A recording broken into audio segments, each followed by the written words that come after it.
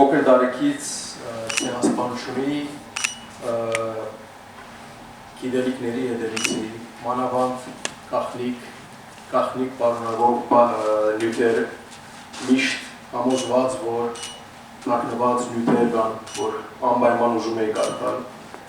եւ չեմ մոռանալ Կանադայում մի հատ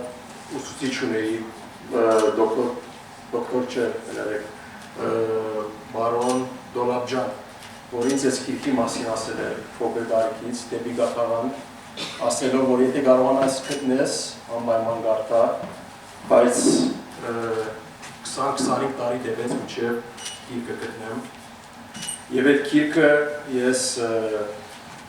պետք է ասեմ, շնորհավոր եմ Շահե Աջեմյանին, որ ինձ նվիրեց այդ գիրքը 20-20 բաժնից հետո։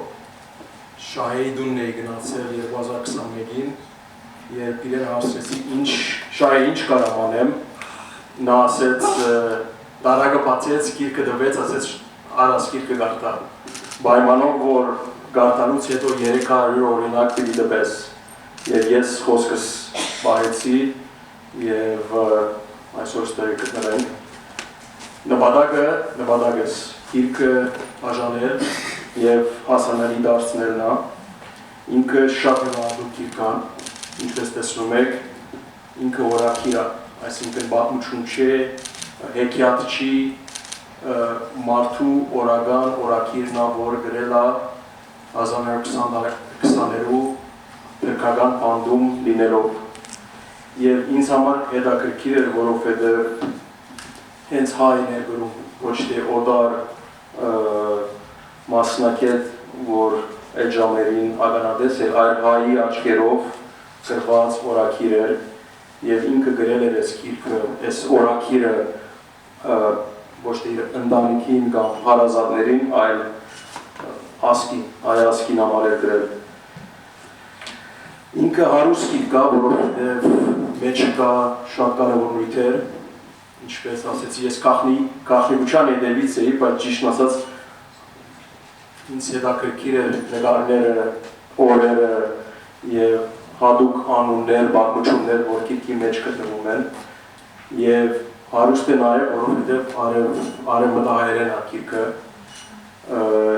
եւ դա է նաեւ իր անուշությունը, որ արևմտահայերեն մարդու գրածը հենց իր մտքի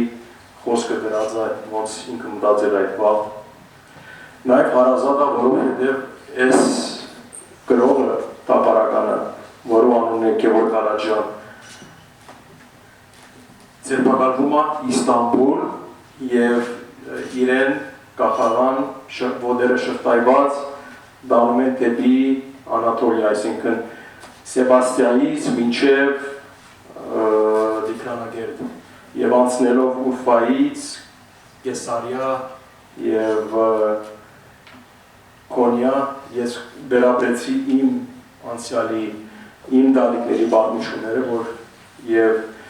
ինքը դարձնում է գիրքը շատ հարազատ եւ ամեն մարդ կարդալուց այս գիրքը կարծում եմ ինքն իրան ընտանիքը եւ ինքն իրան պատմությունը պիտի նաեւ գտնի։ Երկար չեմ խոսալու գիրքի մասին, ինձանից ավելի լավ մասնակիցներ կան այսօր, որ գիրքին մասին խոսալու են,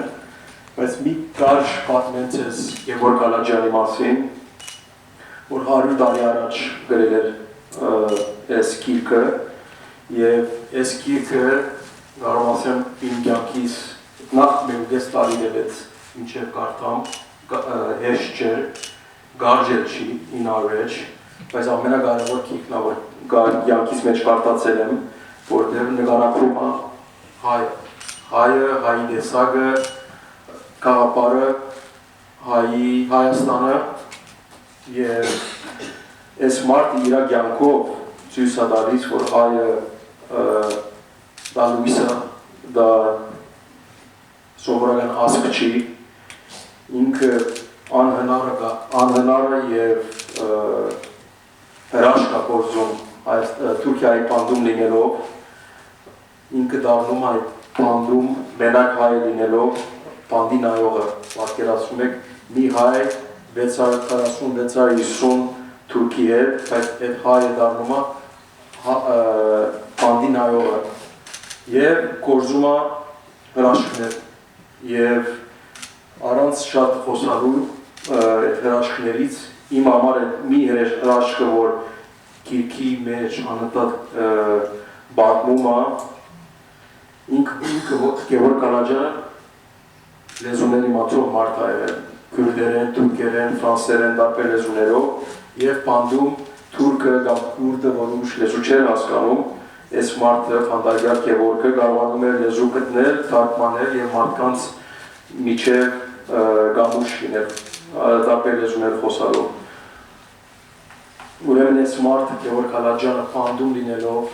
մեր հայերու պատմության ամենածանր բաղում, առանց հուսալվելու, առանց ինքը լացելու կամ գլուխը գաղ պահելու, իմանում է, որ հարյուրավոր, չէ թե հազարավոր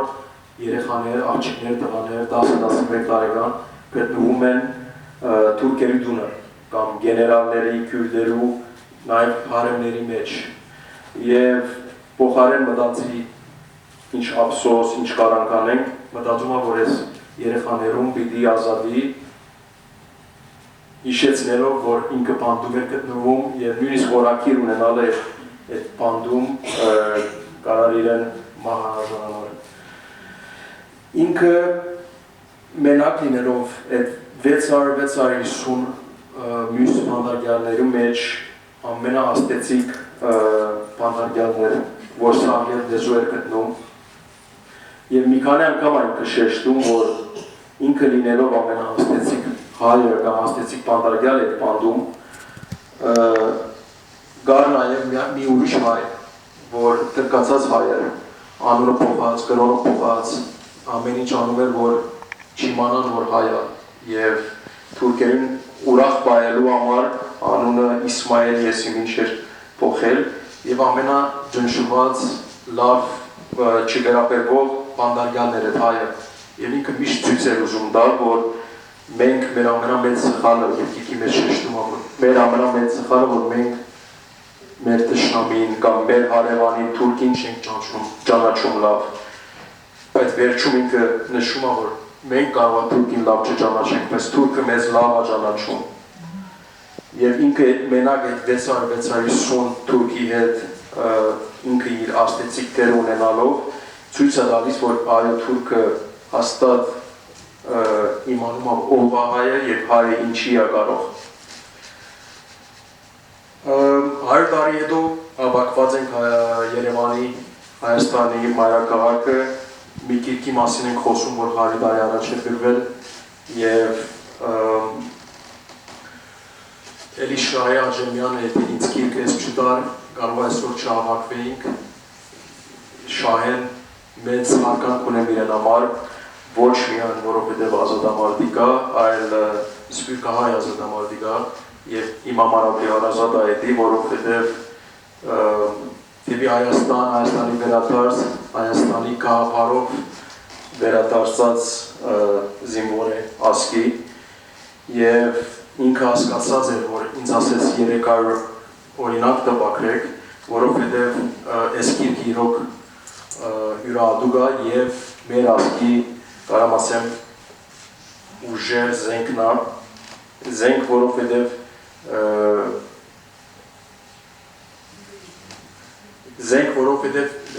սերունդներ կարան այս գիրքով ճանաչեն մենք ով ենք եւ ինչերի մեջից ենք անցել եւ ինչ կարող անի հայը։ Վերջի խոսս կասեի, որ այդ մշուշի մեջից եւ այդ աղմուկի մեջից պետք է լույսը տեսնենք, ինչքան էլ մեզ փորձեն խանգարեն եւ ուրիշ թեմաներով սպառեցնեն, չմոռանանք մեր պայքարը, չմոռանանք ինչու եւ ինչպես ամեն ինչը կատարվեց։ Կուզենայի հրավիրել Արզրում Պեպանյանին, պատմաբան, որ մի քանի անգամ այս գիրքը կարդացել է եւ ավելի լավ կարա մեզ ներկայացնի դեպի գաղափարը։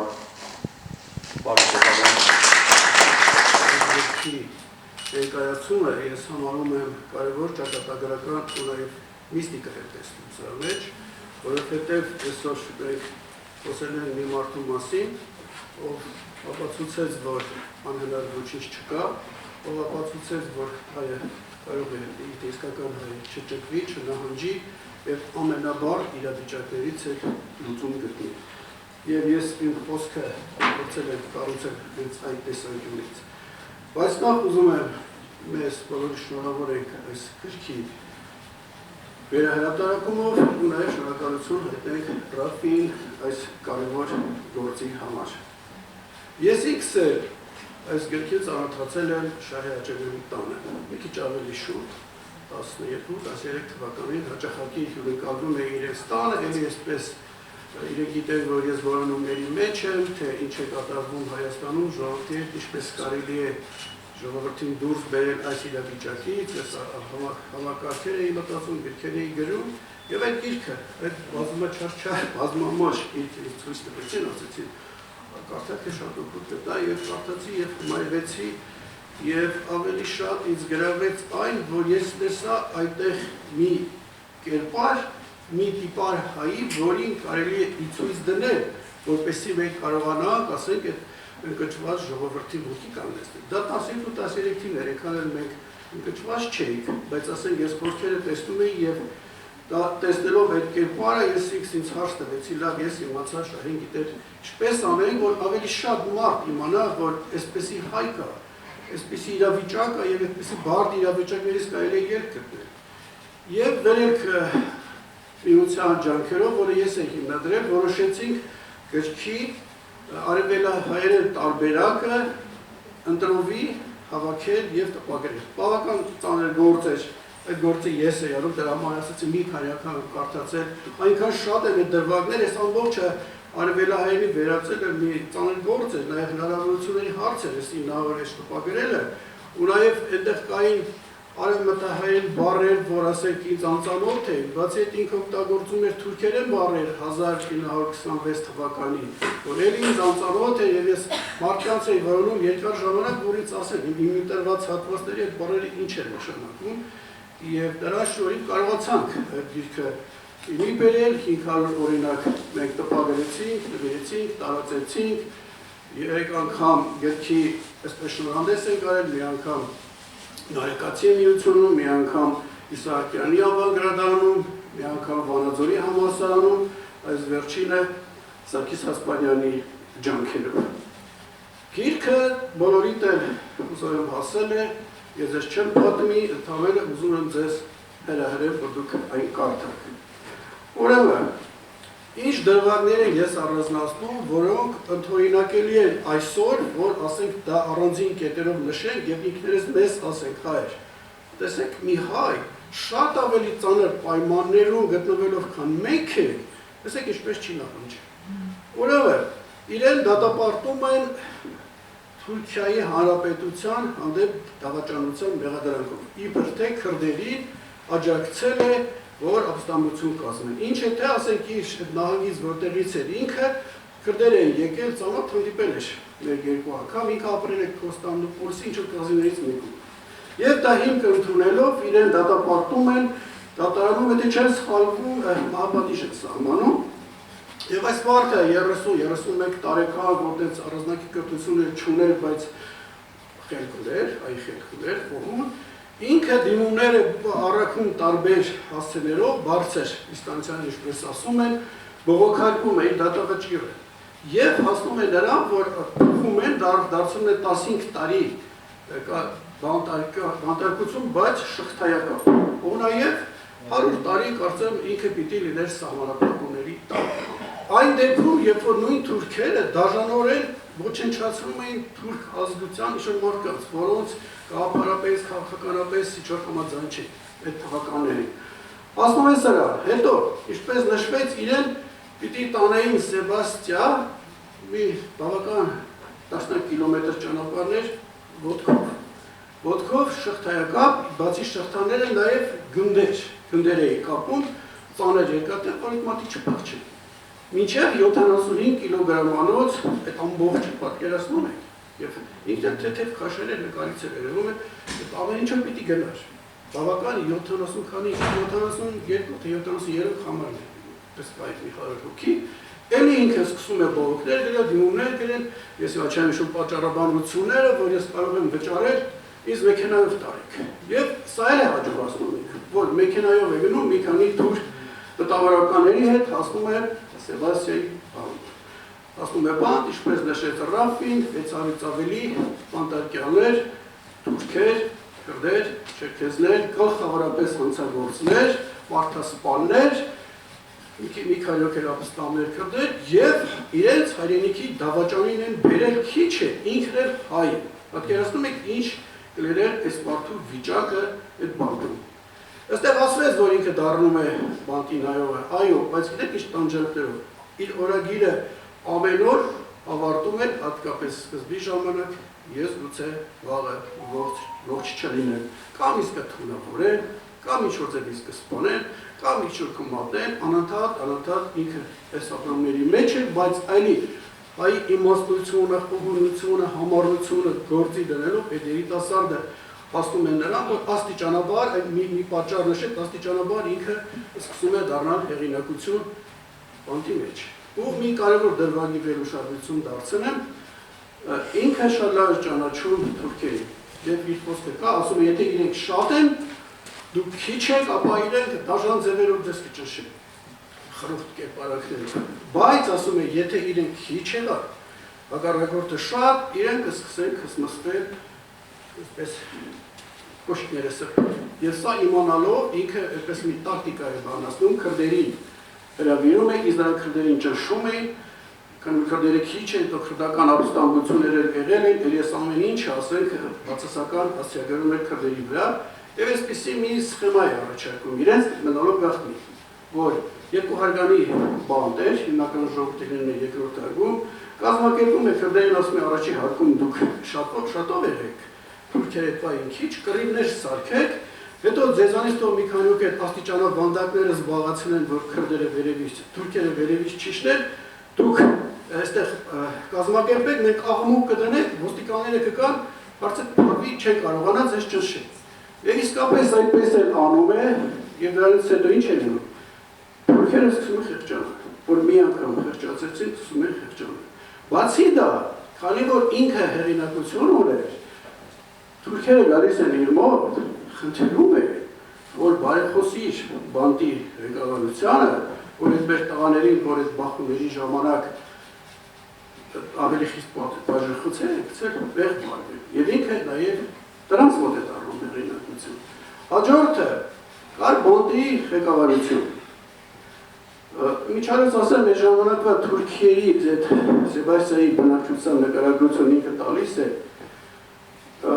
բացարձակապես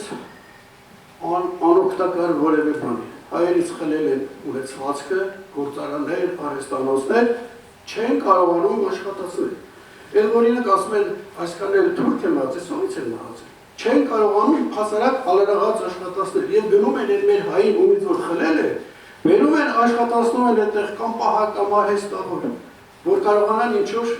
գոյատևել։ Եվ բանկի աշխատողները նույնպես իրեն ինչ-որ մի անգամ էլի տանում են բանտապետի մոտ ինչ-որ հարցաքննության, ինչ-որ հարցով դեպքերի հետ կապված, տեսնում են այդտեղ մեկը չարչարվում է, հաշվետվություն պիտի կազմի, այսքան օճառ, այսքան թուղթ, այսքան տարբեր շորեր, որ ասենք հատկացրել են, պետք է հաշիվ կազմի, որ հետո ասենք շաբաթվա վերջում ամսվա ներկայացնել վերևներին, ֆինանսավորեն եւ այլն։ Տեսնում են ինչ-որ չեն կարողանում, զայրանում է բանտապետը եւ այլն, քեզ մեկ-երկու խոսք լսելով ասում է դուք դա ես ունեմ էլի։ Շատ արագ այդ հարցը լուծում է եւ դառնում է, ինչպես ասում են, բանտապետի աչքի լույսը արագ-արագ իրեն ճանապարհ է տալիս, անգամ թույլ է տալի գնա բանտապետի սենյակում գիշերները այնտեղ աշխատի, այնտեղ մնա, որ այդ գործերը անի։ Բանկի ղեկավարությանն էլ է կարողանում, այսպես ասել, իրենով անել ամբողջությամբ։ Սա անելուց հետո, իր արկավորելուց հետո, այսպես ասած, նայում է բանտից դուրս Սեբաստիա քաղաքին եւ տեսնում է, որ այդտեղ բավականին հայեր կան, շատ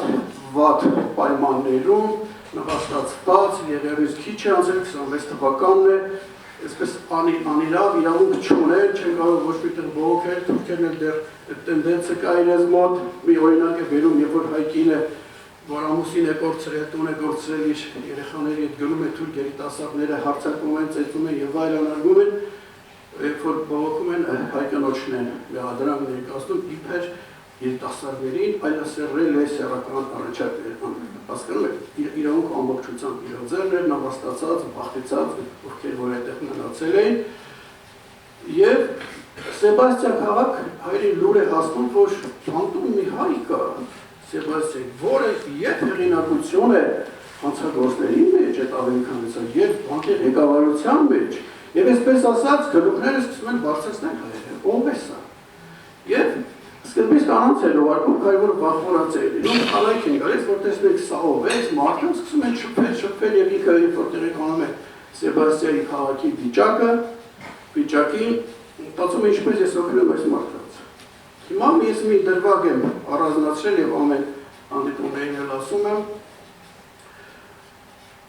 որոշում է Սեբաստիա քաղաքում հայկական դպրոցը բացել։ Այդ ժամանակ երազում եք այդ շվար վիճակի մեջ են, բոլորը վախենում են, ինչպես բավոր իմանան, ինչպես կարող ենք մենք դա անել, այսպես ասած ասում է ձեր գործը չի։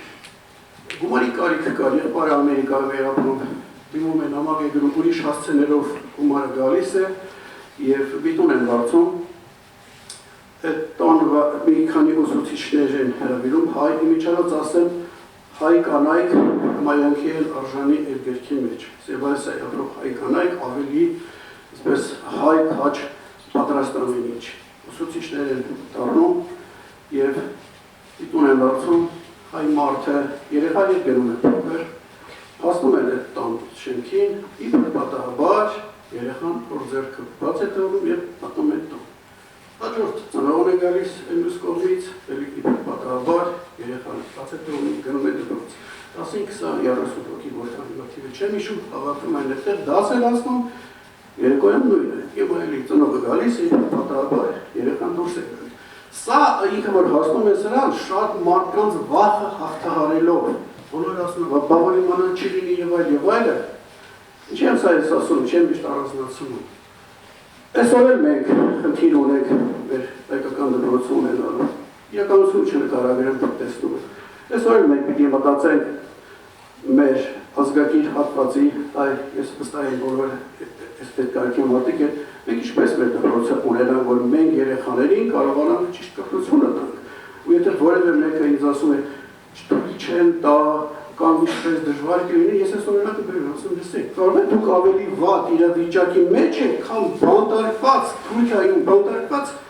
Եվրոպայի չէ։ Հազարակամ ավելի հեշտ է, ինչ է խանգարում, տեխնիկական հնարավորություններ են կա, եկեք հենց վաղվանից մտածենք այդ մասին։ Եթե իրենք այլասերում են մեր երեխաներին, ինչպես մենք փորձենք հակադարձել, չասեք, հնարավոր չի։ Մարդը ապացուցել է, որ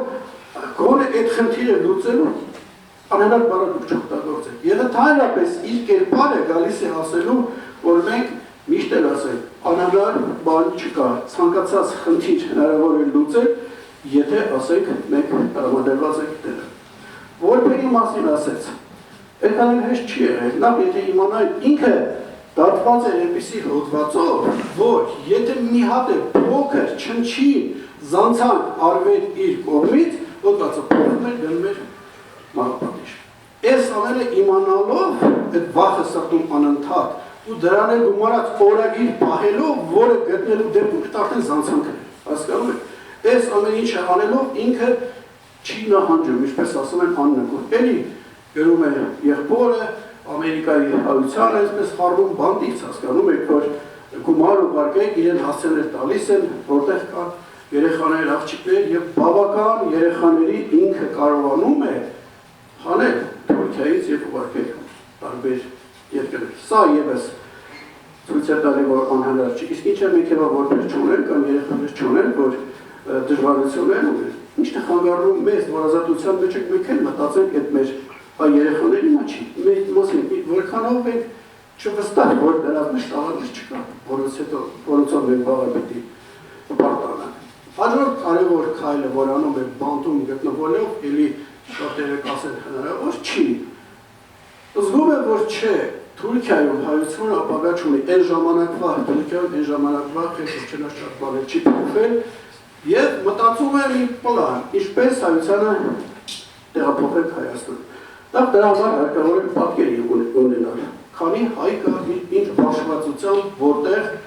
ով ինչ է, որպեսզի կարողանա ասել կազմակերպի։ Ինչպես է հարցը լուծում, քանի որ բանտում հեղինակություն է եւ այդտեղ կային համարյա ամեն նահանգից մարդիկ Թուրքիայի իրեն հարգում էին, խնդրում է այս մարդկանց ձեր հարազատներին նամակ գրեք, ասենք տարբեր Թուրքիայի մասեր, որ իրենք տեղեկություններ քաղեն, հայ կա թե չկա։ Իմաստը ծրկյալ իմաստ չէ, բավական թվեր է հավաքում, ես հիմա թիվը չեմ հիշում ինչ կա, եւ այդ պատկերը ունենալուց հետո նամակ է ուղարկում Հայաստան, սովետական, այս ամեն ինչ որ անում, եթե բարձրի կգնդակահարվելու է, հասկանում եմ, չէ, մահից չվախենալ, սա անում է։ Եվ նամակը ինչ որ մի ձեր գալիս է Հայաստան, ինչն է զավեշտը, հետ է գալիս պատասխանը, եթե չեմ հիշում Շահվերդյան ազգանունով,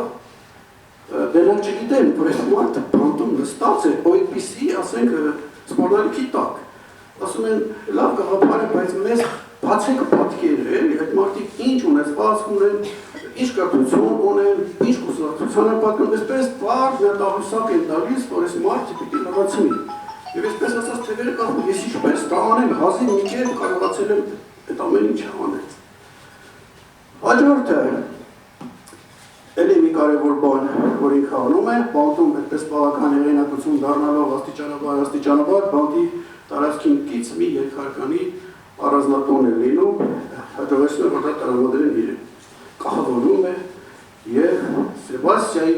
տաղրակրությունը սկսում է այցելել այդ մարդու մոտ և սկսում է քննարկել աշխարհի հարցեր։ Այդ մարդը 30 քանի տարեկան դառնում է Սեբաստիայի մտավորականության հայրը։ Հասկանում եք, սա ինչ է ուզում ասի, եթե մի հայ, որը այդքան կրթություններ չուներ, կարողացել է մի ողջ քաղաքի միտքը դառնալ, մտքի գեներատորը դառնալ, ապա եթե հայերը իմի գան, այդ խոհեմները իրար հետ, մեկ է դժվար է լինելու Հայաստանի համար դառնալ, ինչու՞ չէ նաև Հայաստանից դուրս, ինչու՞ չէ նաև աշխարհի, վերջի վերջո մենք էլ չէ։ Այս մի դրվագը կարող է կարդալ ուշադրություն չդարձնել, բայց իմացեք, սա ևս մի ցուցիչ է, ինքը ասում է, հայի մեջ Աստված դրել է այդ հատկանիշները, մնում է դրան հաստատում է այլ հատկանիշներ են, խամարություն, մայր չվախենալ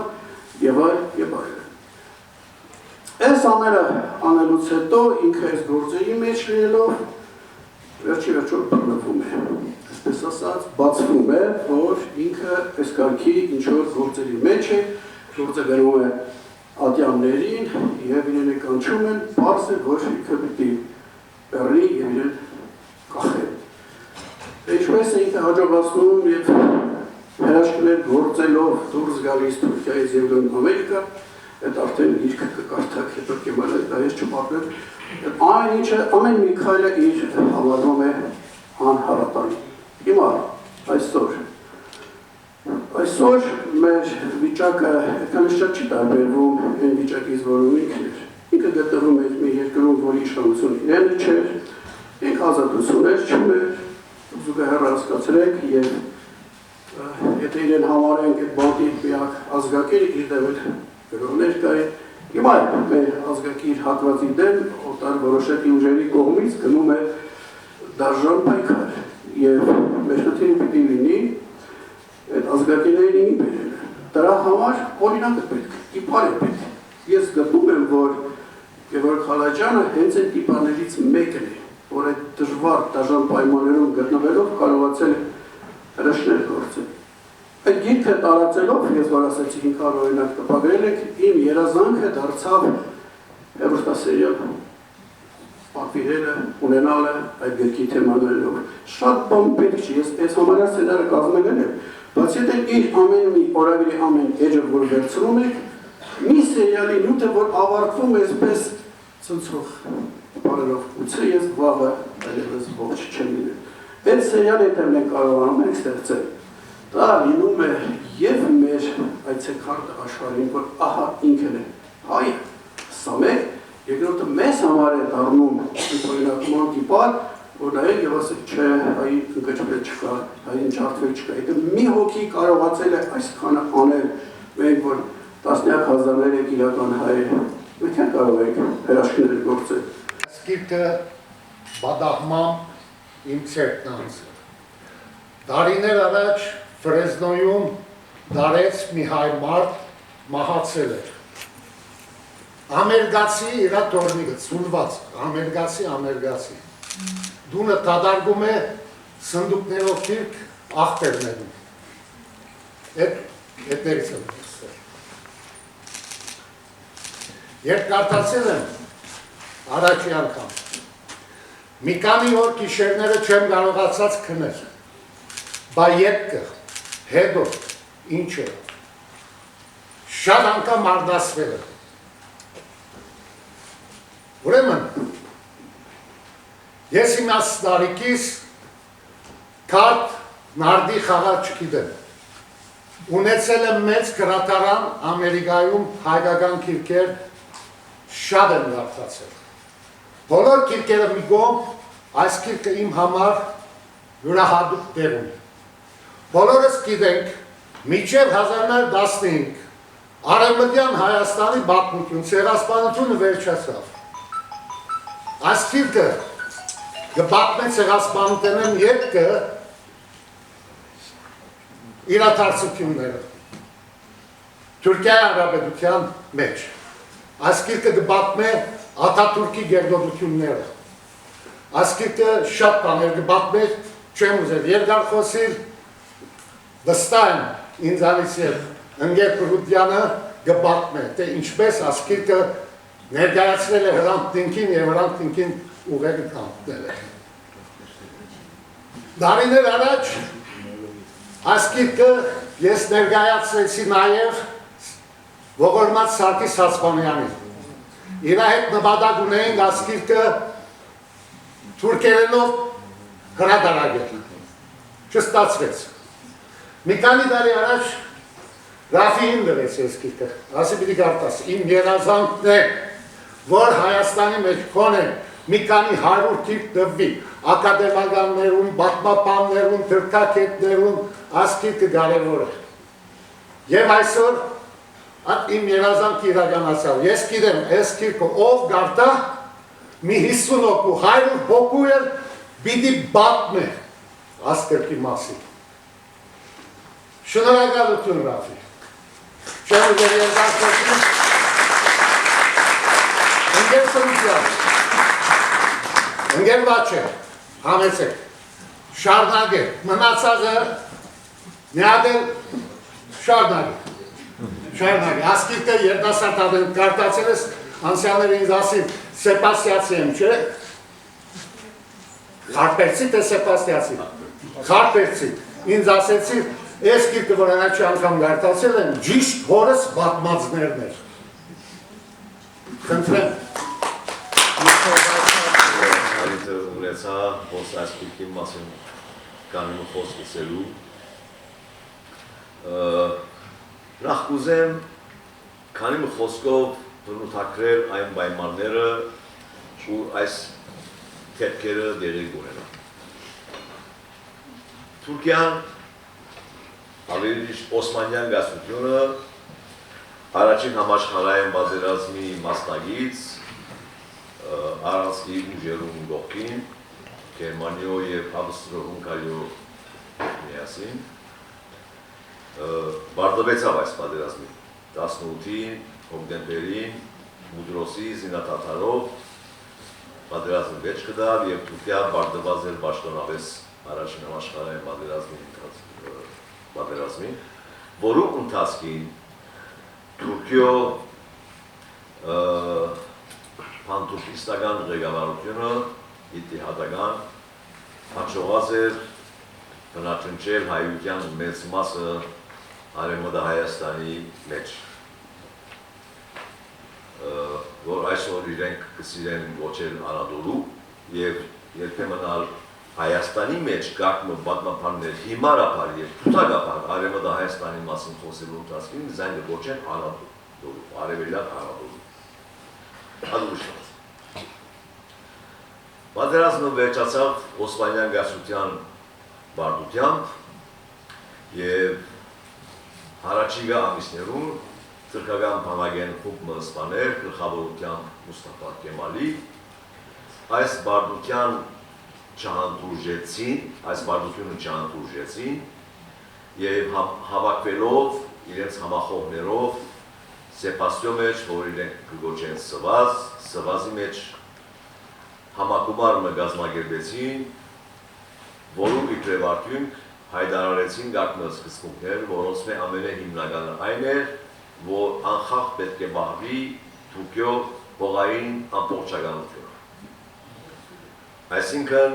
բայկար պասված էր թաշնագից ուժերու դեմ, որոնք բոլիսը կրաված էին, անգլիական նավերը Բոլսոն ավանդիսներու մեջ էին, ամերիկացիներ գային,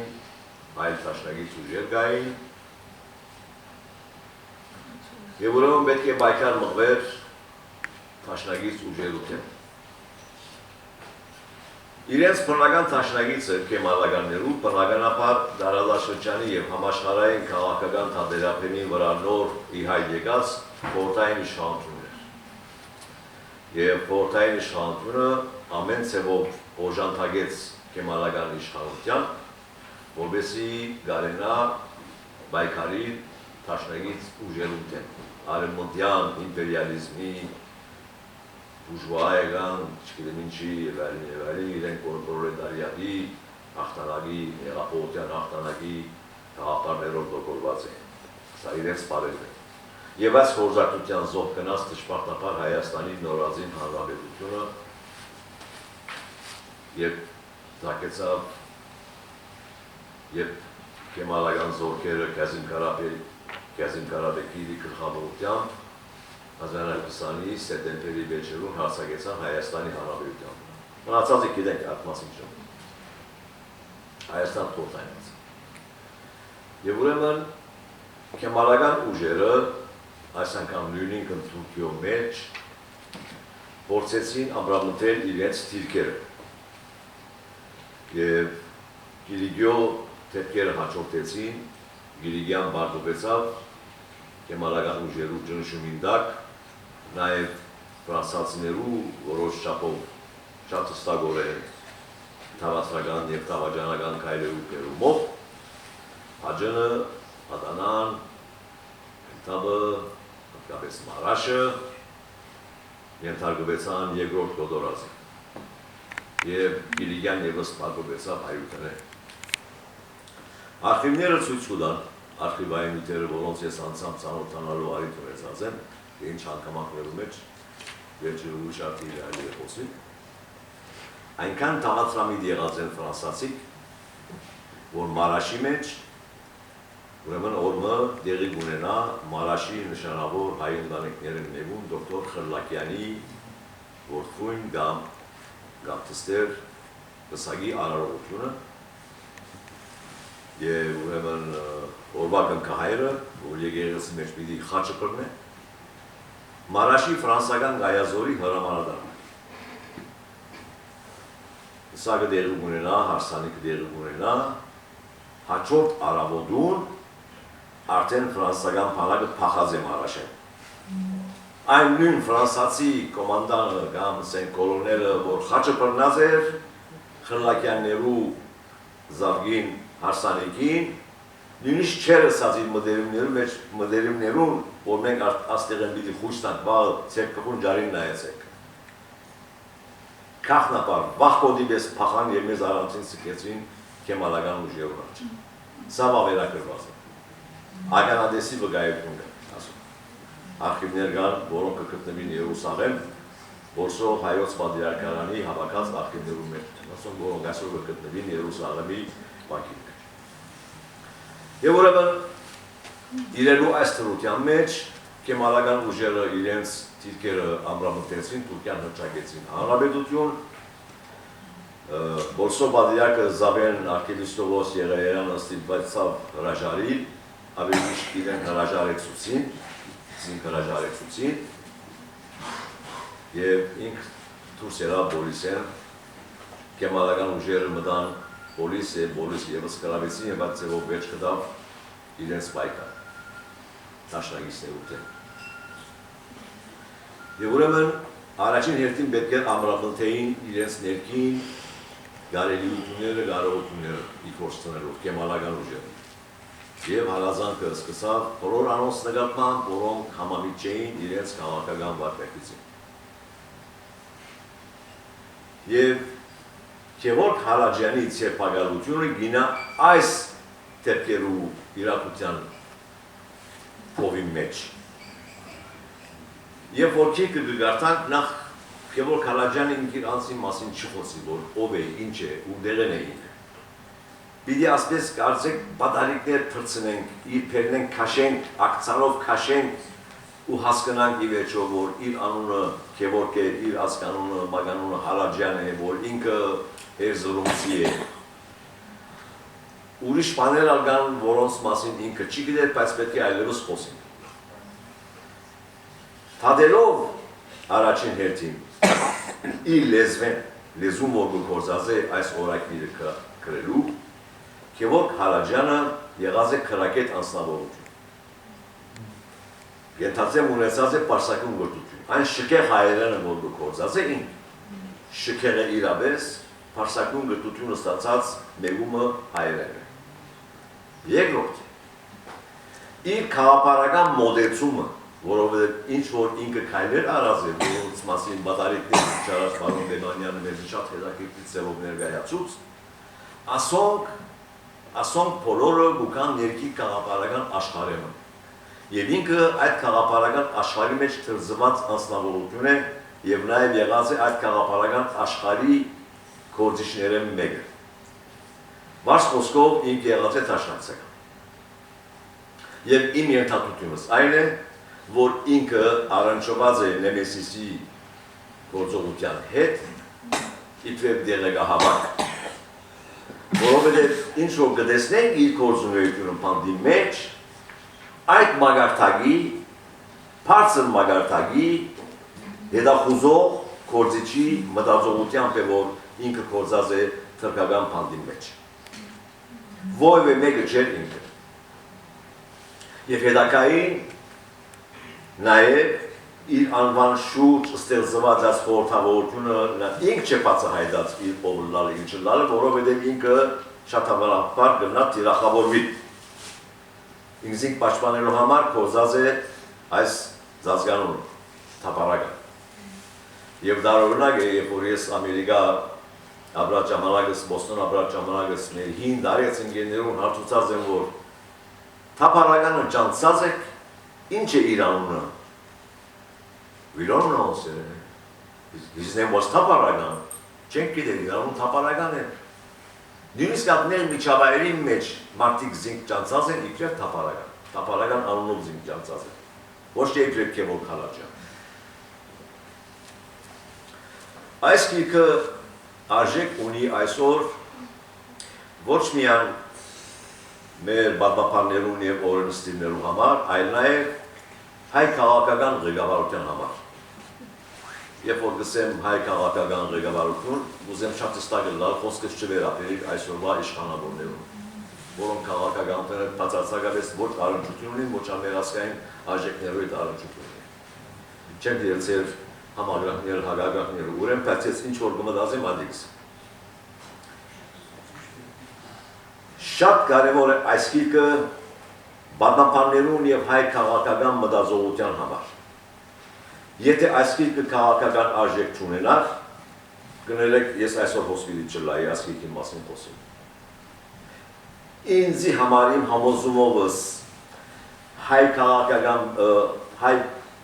գիտական միտքը, այսինքն նսել գուզեմ մեր բադմապանները, լեզվապանները, գրագանակետները, այն ինչ որ գարդացրեն գիտական մեթոդապանությամբ, այդ իրենց գիտական աշխատանքը անպայման որ պետք է առնչվի մեր քաղաքական պահանջներուն հետ։ Եթե ոչ ուղղակիորեն, գոնե անուղղակիորեն։ Բացատրեմ,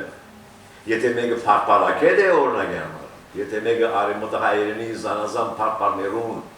քաչածանոթ է եւ ադուղությամբ գիտական աշխատանք կտանի, այդ գիրքին քաղաքական արժեքը կգայանա այն հանգամանքի մեջ,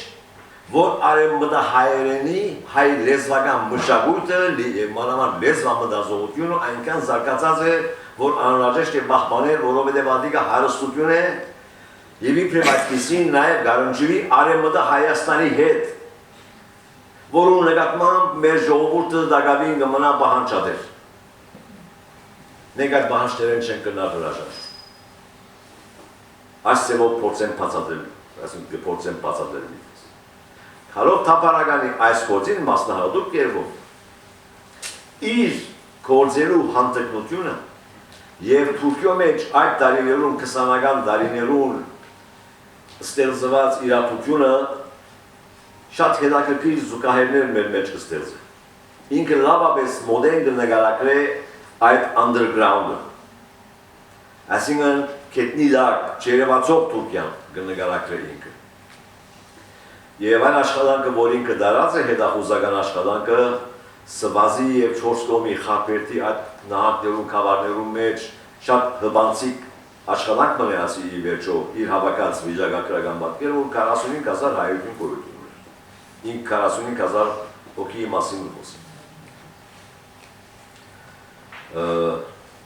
Այս շատ կարևոր երևույթ է։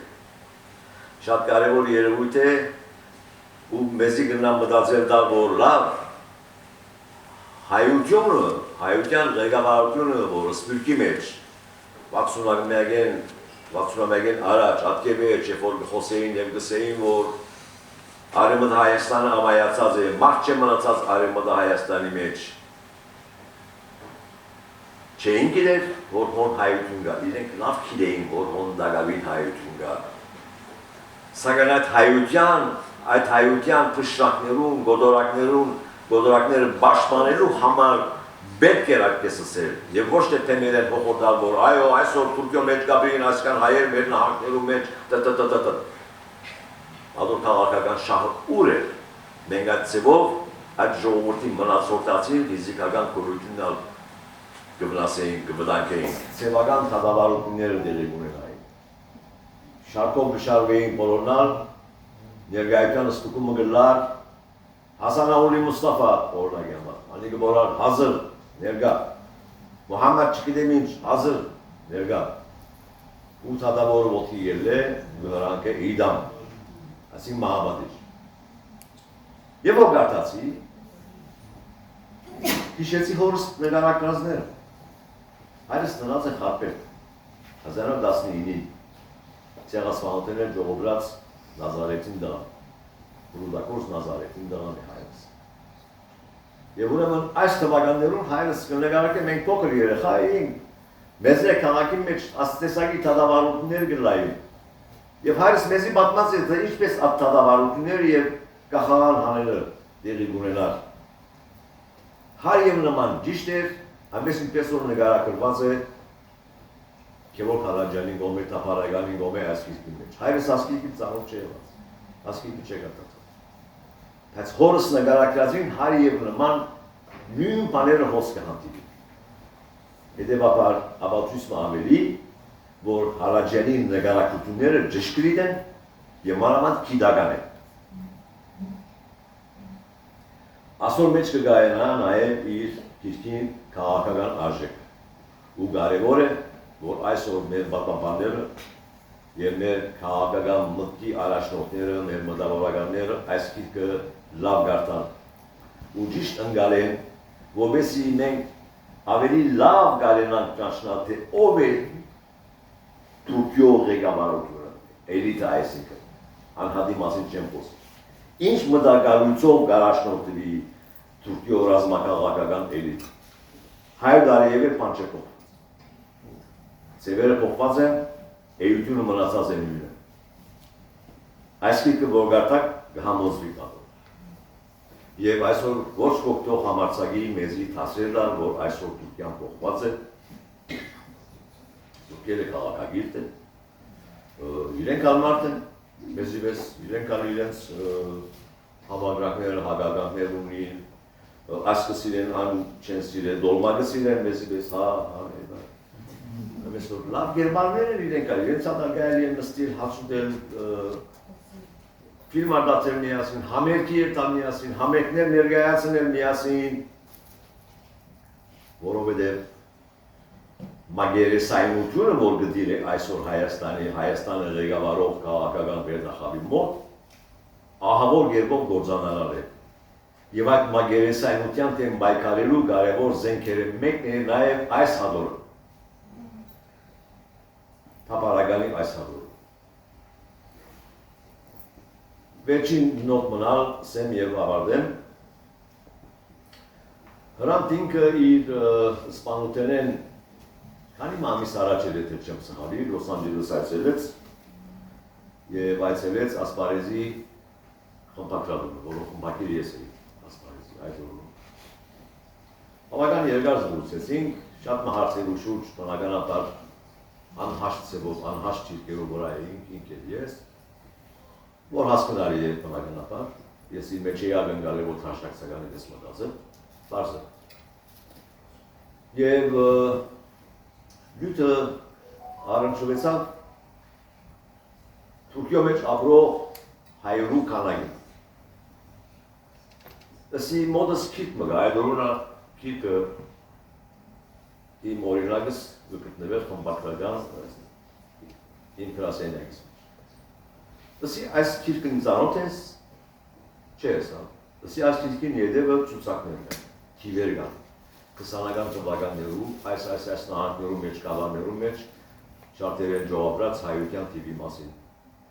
Աչքերը փայլեցան, սամ գնամ ունենալ իհարկե եսի, հասնարարեցի կարուարույս, ամիջապես ետևի այդ քանի մեջերը լուսաբաժենով հանեցինք և հասնեցի ռանտինքին, ինք շատ ուրախ էր, բնականաբար, մտքը ոչտանցա, որ քանի ամիս մեջ իր իսպանում էր, իր իսպանությունն ալ ներովավիտին դուրս է, ուրիշ արետով այդ մասին գայելի է խոսիլ, Էրդողանը գապ չուներ իր իսպանությունը, տադի սենտ։ Մեկ խոսքով, վերադառնալով Երևան, վերադառնալով այս քիքին, կանցնարան են բոլորիդ, որ այս քիքը գատակ և դարազեք ձեր միջավայրի մեջ։ Երկրորդ, առաջարկս այն է, որ այս քիքին թե արևելահայերեն, իմանամ, որ արևելահայերենն գատ չէ, Բարոմեդանյան ճիշտ հասկացա։ Փոքր հատվածը, 1/3 Կետ այս նոր հրատարակությունը on-line PDF ձևաչափով տրվի համացանցի վրա և դրամատների լավ բոլորին, առաջարկս այն։ Երկրորդ, երազս այն է, որ այս քիրքը միանալով Բարոն Բեբանյանի գաղափարին, այս քիրքը վերածվի սերիալի։ Կկասկածին, որ այս Հայաստանի մեջ, այսօրվա իշխանության պայմաններու մեջ նման գործ կգադար, մորցեկադի։ Այդ երազը, մի երազեք մինգ, երազել է միսկ այրը չի ատմասը։ Բայց վաղ ամիսոր հավատացած եմ, որ պիտ փոխվի ամեն ինչ և Հայաստանի հեռուստագայանները փոխանակ ընդհանրապես այն աղբը, որ մենք կտեսնենք մեր պաստառներուն վրա, այդ աղբեն հրաժարին և լծվին ժողովուրդը ասկը տասյարակով կորզեր արդատելու, որոնցում մեկը հիանալի երբով գնալան այս հադորը, եթե այս հադորը գարելի լավ վերածել սերիալի, հադալի մերազս է, այսքան շնորհակալություն ձեր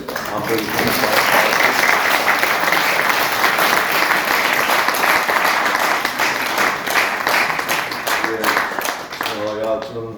Շահեին, որ այս գործին գայձը հանդիսացած է, շնորհակալություն ձեզ նաև բարոն Ռաբի։ Շնորհակալություն ձեզ։ Գիրքը իմ շատ ու շատ դարդերի վրա մի մեծ լրացուցիչ դարդեր ավելացրեց, սա ինձ շատ հարազատ թեմա է, երկար տասնամյակներ, ինչով էր, որ զբաղվելիս լինեմ, միշտ մեր հայրենազրկումի ցեղասպանության պատմությունների ուշադրության կենտրոնում է, ասեմ, որ գոնե իմ իմացած, հերթած, ծանոթացած տպագիր և անտիպ օրագրությունները, հուշագրությունները, վկայությունները անսահման են և այդպես էլ պիտի լիներ։ Մեր, ձեր, մեծ մայրերը, մեծ հայրերը, բոլոր նրանք, ովքեր ինչ-որ դիպվածով, հրաշքով մազապուրծ են եղել ջարդերից, հետագայում ինչ-որ կերպ գրի են առել, գոնե իրենց Գերդաստանի պատմությունը։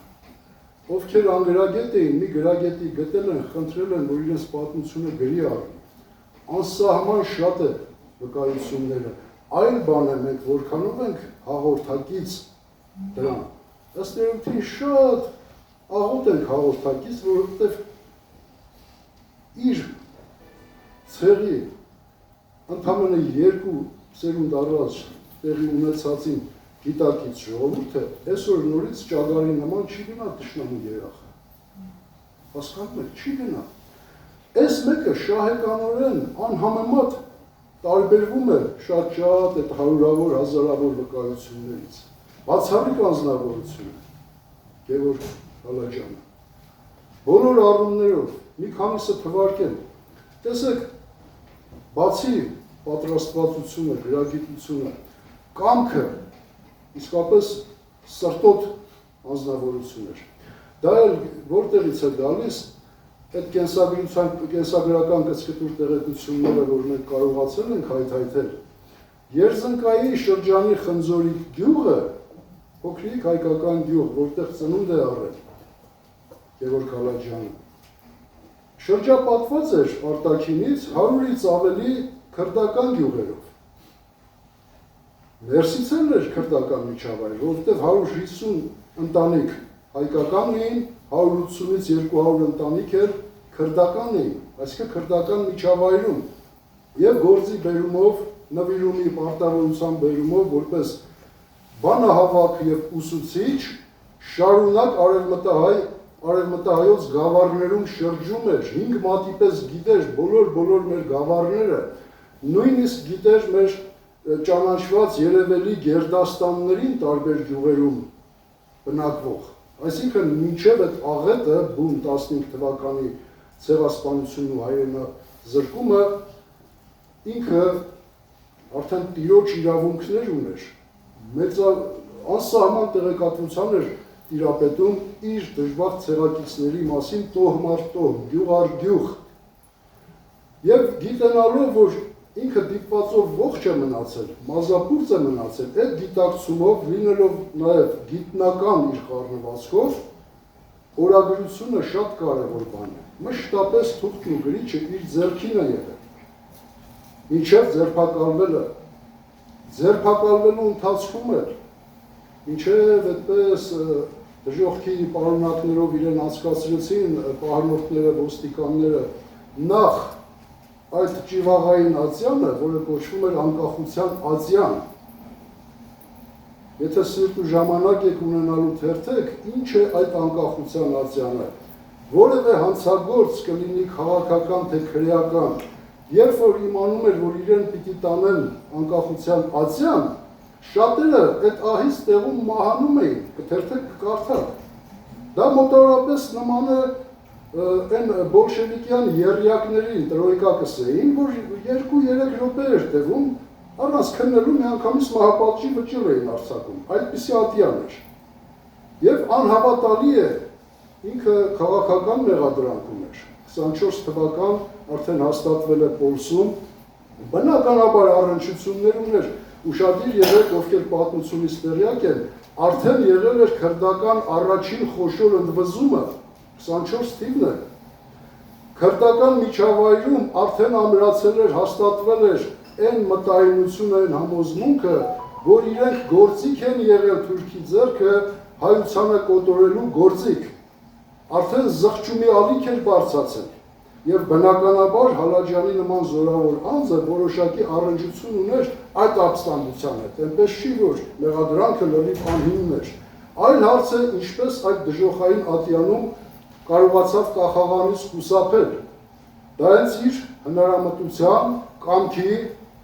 և հայրենատիրական խառնվածքի արդյունքն էր, այնպես տարավ զրույցը, կկարդաք, զարմանակ, կհպարտանակ, որ այսպիսի հայրենակից է, համեմատելու համար ասեմ, նույն իր հետ, մինչև այդ ատյան, մեր գավառներից մեկի ֆիզիկապես ասում է 2 մետրանոց հաղթանդամ մի դարբին Պողոս անունով, որ երեսուտի նման դողդոջում էր ինչպես բոլորը քրդեր, թուրքեր, ովքեր պիտի գնան այդ ատյանին վճիռ ստանան, ինչու, Ոչինչ չեն արել այստեղ մարդը։ Արհեստավոր մարդ, պարզապես Թուրքին արժանին հատուցած մի հայորդու անունը ոստիկանները պարզել էին, որ Պողոս է անունը, բայց ես ինչ գավառից։ Բոլորովին այլ գավառից գտել էին մեկին, որ անունը դարձյալ Պողոս է, եւ վերջ այդ գործը փակելու համար պիտի քաշ տան նախ այդպես են թացակարգը, այդ ատյանը, որպեսզի մահապատժի վճիռ արձակեն եւ այս խեղճ մարդը վախից այդ սահմռկած վիճակից չի կարողանում լեզուն բացի, բերանը բացի, ասի ես ախր ձեր ասած Պողոսը չեմ, ես ուրիշ Պողոս եմ։ Մի անգամից ստանում են կախաղան, որպեսզի մոտավորապես պատկերացնեք դա ինչ ատյան է։ Եվ այդ ատյանից, եթե դուրս է գալիս, իհարկե, էժան չի դուրս գալիս, 15 տարի շղթայակիր բանտարկելություն, իսկ այդ շղթաները 75 կիլոգրամ շղթաները պատկերացրեք անընդհատ վրատ։ Ոչ բոլորը կարող էին ձգել, ընդհանրապես այդ շղթայակապ տաժանակիչները մինչև Սեբաստիա ճանապարհին արդեն մեռնում էին, հաջորդ օրն էին մեռնում այդ շղթաների ծանրությունից, բայց ինքը նույնիսկ կարողացավ իր գրություններով, նամակներով, չգիտեմ, այնպիսի ազդեցություն էր կարողանում թողնել հենց ուղեկից ոստիկանների վրա, որ իրեն մեքենայով տարան, որտեղ գիտեր ճանապարհին մեռնելու է։ Եվ դրանից զատ հետագայում 101 տարվա առանց շղթաների ազատազրկում։ Բայց սա համարվում էր շնոր, որովհետև կախաղանից կարողացավ խուսափել։ Հիմա կարճ կապել, մնացյալը արդեն օրագրությունը, այդ կապերը արդեն ընկերները խոսեցին արտաքին աշխարհի հետ, հայ տիկնակ էին գալիս իրեն այցելելու եւ ամեն օր օրվա օրագրած անցուդարձի մասին իր վերլուծությունները եւ այլ կարողանում էր դուրս հանել ամեն օրվա այդ օրագրությունը։ Եվ այդ երկու հարկը առաջին հարկում, որ ինչպես մեր ժողովուրդն է ասում, շուն կապեր կսատկեր հենց 10 րոպե հետո, որովհետև քրեական հանցագործներն էին, ամեն տեսակ մարդակեր, գլխակեր ու ավազակ, այն էլ Թուրքիայում կարող եք պատկերացնել։ Ֆիզիկական իրավիճակն էլ նույնիսկ պարկելու տեղ չկար, տասնյակ մարդիկ ոտքի վրա եւ ինչու բանտապահը քաղաքական հոդվածով դատապարտվածին ուղարկում է քրեականների մեջ, այն ակնկալիքով, որ հայ է, ավելի լավ թող շուտ դրանք գլուխ ուտեն, առանց հասկանալու, որ այս մարդը քրդի հոգեբանությունը 5 մատի պես գիտի, աշկ է բացել քրդական միջավայրում, եւ իսկապես 5-10 րոպեի ընթացքում նա արդեն եղբայր էր այդ քուրդ քրեականների։ Հետագայում ինչպես տեղափոխվեց երկրորդ հարկը ավելի բարելավված պայել, դա էլ հնարամտության, ամեն առիթ, երբ լուրը ստանում էր, բանտապահը դպրոց է բացել, դա պետության Ղազիի, Կեմալն է, Ղազիի պահանջն է, կրթությունը, անգրագիտությունը պետք է վերացնել, բայց ասում են, լսում է, որ հնարավորությունները այնքան է, որ մեկ ուսուցիչ կարող են վարձել, այն էլ հազիվ գրաճանաչություն սովորի։ Եվ ինքը տարածում է այնտեղ, եղբայր ես առանց վարձի, թուրքին թուրքերեն կսորվեցնեմ գիրը, քրդին քրդերեն, նույնիսկ ֆրանսերեն պաշտոնյաների, որ հարգված եվրոպական լեզու է։ Եվ արտոնում են, դառնում են ուսուցիչ, տեղափոխվում այդ երկրորդ հարկ, ինչի համար է սա ամենը, որ քուրդն ու թուրքը իր աչքի լույսը չէին, այդ ցանցը, որ ինքը կարողացավ ստեղծել քրդերի միջոցով, հատիկ հաշվառեց այն հուսալի քրդերին, որոնք չեն մատնի, հավատարիմ կմնան, եւ այդ ցանցը ինչպես աշխատացրեց ամբողջ 4 տարի, մինչև 28 թիվը, իրադարձությունները այս հսկայածավալ գրքի 24-ից 28 թվերն են, ինչև իր փախուստը։ Այսինքն հատիկ տեղեկություններ այդ խլյակներից, մնացորդացից, բեկորներից, ինչ մնաց մեր 2-3 միլիոնանոց այդ անուշ ժողովրդից, արևմտահայությունից։ Եվ ամեն մեկին ինչպես փախցնի թուրքի գերությունից, իհարկե մնացածը, ինչ որ մնացել է, հիմնականում երեխաներ ու կանայք են, այն էլ արդեն հարաբերական հայեր են, որտեղ Քեմալի ռեժիմը, մենք գիտենք, չէ, գոնե մեզ հասանելի ընթացքում պատմության, Սուլթան Համիդի կոտորածներ, առավելագույնը 94-96 թվեր, որ մինչև 300,000 հայ, երիտ թուրքերը կատարելագործեցին գրեթե ողջ ժողովրդին, քեմալական ռեժիմը արդեն փոխարինեց երիտ թուրքերին։ Այս մնաց հորթացի հետքերը պիտի սրբեր, ոչ միայն ֆիզիկապես։ Այստեղ ավելի շատ իսլամացումն էր, ինքը հանգամանորեն նշում է,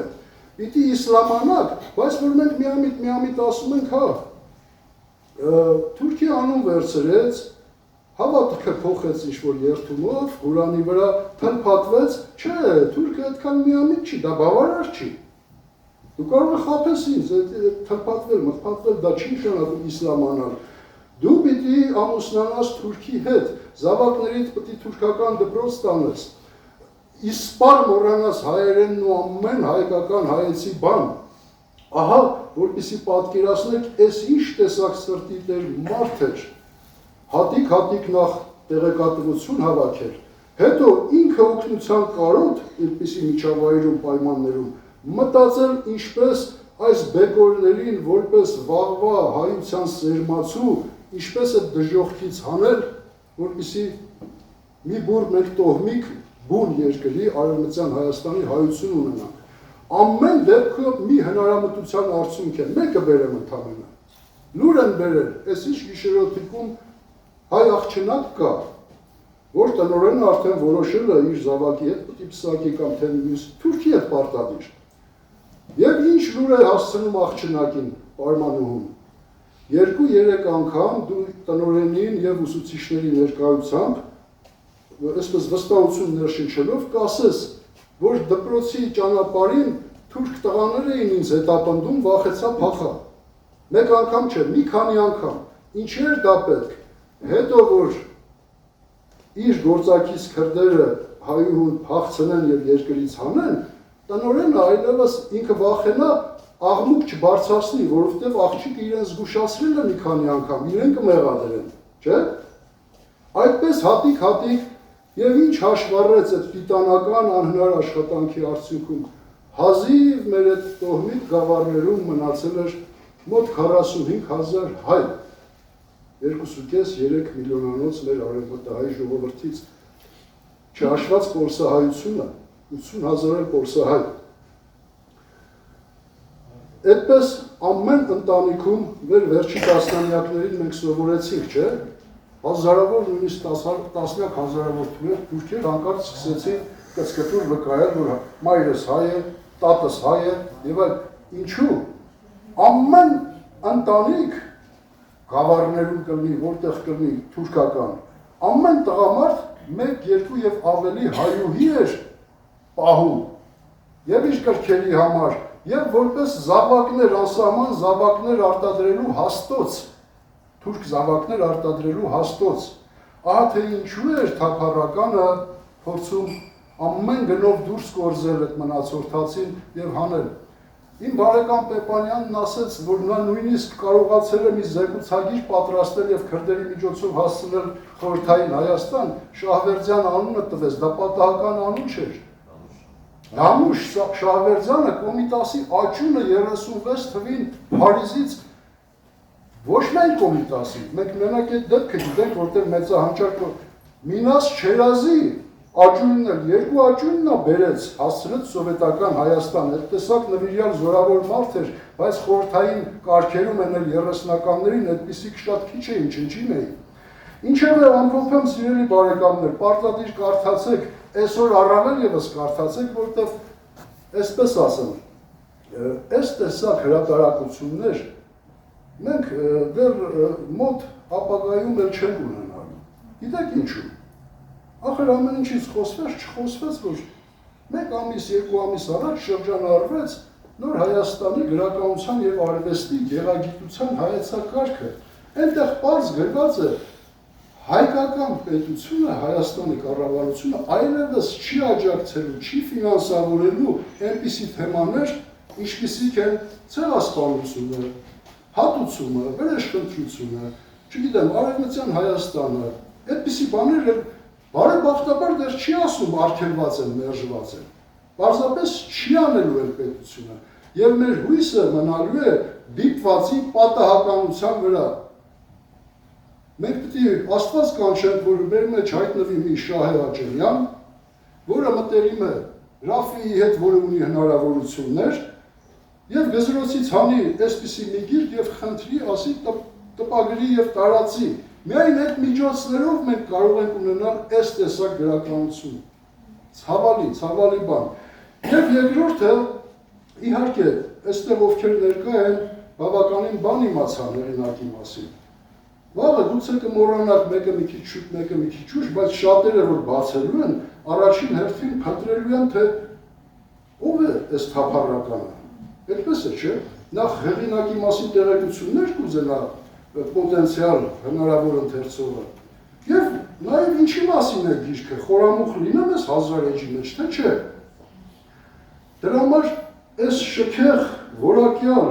ես պատկերացնում եմ, ես հրատարակչությունից տեղյակ եմ բավականին հրաշալի գործ է, ոչ միայն բովանդակությամբ, այլ որպես հրատարակչական արվեստ, լավ կլիներ եղբայր, մի նախաբան, լավ նախաբանել չէ, գոնե մեր երանելի բանասեր, բանահավաք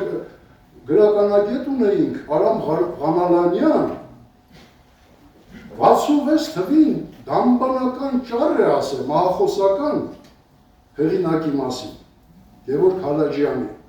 իվդեպ ծաղկաձորում է թաղված, ցնցող խոսք է, մեծարանքի խոսք է, Ղանալանյանն էլ պատահական մարդ չէր, գնահատում էր, ըստ էության էր գնահատում, թե ինչ բացառիկ մարդ է հայտնվել սովետական Հայաստանում, նույն Ղանալանյանը միջնորդեց, որ աշխատանքի ձևակերպեն ակադեմիայի հնագիտության և ազգագրության ինստիտուտում, որպեսզի ամսական ունենա, հաց ունենա, բայց ինքը այնպեսի մարդ էր, նա չէր մնա ոչ մեկի շրինքից կախված թեկուզ պետության, ինքը գրեց սրանից ավելի մեծ աշխատություն, երբ որ գիտաշխատող էր հնագիտության և ազգագրության, Դերսիմի պատմությունը գրեց 1500 էջ մոտավորապես, այնպիսի կոթողային գործ, որի վրա մի քանի թեզ է գիտական պաշտպանվել։ Մարդիկ այդ հիմքի վրա դարձել են թեկնածու ու դոկտոր։ Եվ կարծեմ տասնյակ ու հարյուրավոր էջեր էլ անտիպ մնացել են այդ ինստիտուտում, եթե գլուխը չեն կերել, Հալաջյանից բավականին բան մնացել է։ Այնպես որ սիրելի հայրենակիցներ, որքան էլ 21-րդ դարը հաճույքների դար է, որքան էլ ձեզ կոչ անեն գնացեք կերեք, խմեք, փառատոնների մասնակցեք, սա ուրվականի պես հետևելու է մեզ, սա մեր ծնողների, մեր մայրերի պատմությունն է, սա մեր երկրի պատմությունն է, գրի առած զորավոր հայի, պատրաստված հայի կողմից։ Այնպես որ երախտագիտություն ձեզ, Ռաֆի ջան, որ այս գործն արել եք, և դա Աստված շատերը գոնե թերթեն, գոնե իմանան։ Շնորհակալություն։